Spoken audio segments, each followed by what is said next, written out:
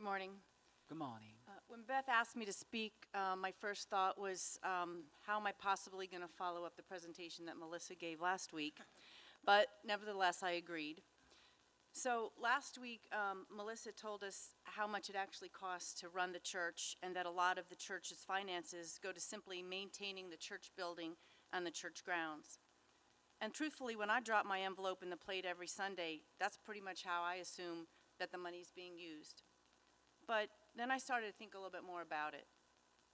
Our tithes and offerings also support the programs, activities, and other aspects of the church. As many of you know, I, along with Cheryl and Paul, have restarted the teen youth group. This is an important part of the church ministry, not only for the benefit of our youth, but also the legacy of the church, as Melissa talked about last week.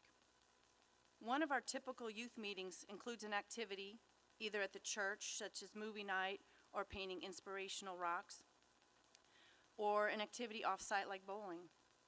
And since we meet mostly in the evenings, we also like to provide a fun meal for our growing, hungry youth. And I'm not sure how many of you have been bowling lately, but like most things, it is not cheap anymore. The group is also participating in missions and community involvement. For our December meeting, we're planning to do some caroling at a local nursing home and then fill stockings with gifts and goodies for the children of the families who come to our food pantry. At the current time, the church budget is tight, but the Ruth Lee Committee has generously stepped in to cover a portion of the cost of supplies, food, and activities. When we tithe, we talk about not only financial giving, but also giving of our time, gifts, and talents. Paul and Cheryl and I are giving our gifts of time and ideas and support to get this group off the ground and thrive. But we also hope that you will feel the need to nurture this ministry to help it grow. As I mentioned, tithing supports all aspects of church ministry.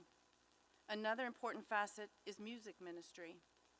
Especially at this time of year, if you're like me, I love to hear the Christmas music on the piano, the organ, and sung by the choir. All church music like this is something we have missed the past year and a half. At this time, during all of the past year's challenges, most of the funding is going to keep the church buildings and running, keeping the church buildings running, and is making it difficult to provide for some of the other church ministries that we enjoy and need so much, like having a music director and the choir singing every Sunday.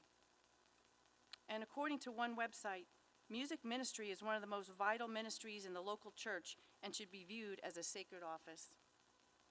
Even though these are just programs in the church and not the maintenance that keeps the buildings open, I feel they are as essential as the roof over our heads.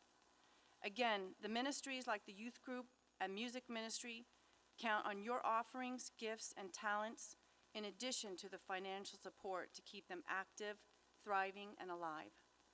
Please consider all of this when you make your pledge this year. Thank you.